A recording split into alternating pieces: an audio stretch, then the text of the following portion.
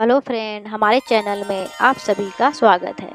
भगवान भोलेनाथ का अर्धनारीश्वर रूप का पौराणिक कथा। हिंदू धर्म में भगवान भोलेनाथ का प्रत्येक रूप विशेष और रहस्यमय है। उन्हीं में से एक है अर्धनारीश्वर रूप, जिसमें भगवान शिव और माता पार्वती एक ही शरीर में आधे आधे रूप में प्रकट होते हैं। यह रूप दर्शाता है कि इस सृष्टि में स्त्री और पुरुष दोनों समान रूप से आवश्यक है और एक दूसरे के बिना अधूरे हैं।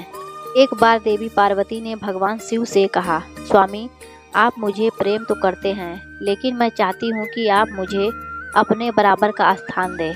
मैं आपके साथ हर कार्य में एकाकार होना चाहती हूँ, ताकि दुनिया जाने कि शिव और शक्ति अविभाज्य है। माता पार्वती का यह आग्रह सुनकर भगवान शिव मुस्कुराए और बोले, देवी, तुम्हारी यह इच्छा सत्य है, क्योंकि शक्ति के बिना शिव भी अधूरे हैं।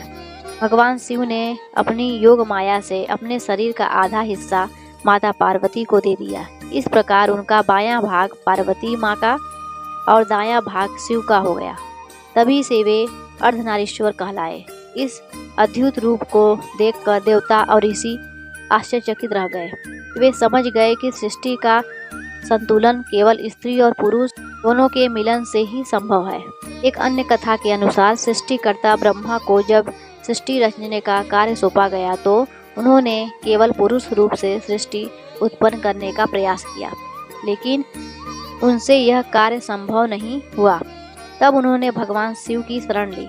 शिव जी ने उन्हें अर्धनारीश्वर रूप का दर्शन कराया और कहा, हे ब्रह्मा, स्त्री और पुरुष के बिना सृष्टि अपूर्ण है। जब तक दोनों साथ न हो, सृष्टि का निर्माण संभव नहीं है।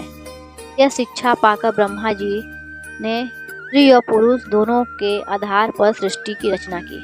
अर्धनारीश्वर रूप का संदेश देता है कि इस संसार में न तो केवल पुरुष श्रेष्ठ है और न ही केवल स्त्री, दोनों मिलकर ही जीवन और सृष्टि को पूर्ण बनाते हैं।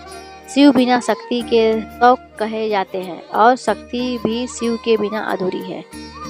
यह रूप यह भी सिखाता है कि समाज में स्त्री और पुरुष दोनों का समान आदर होना चाहिए।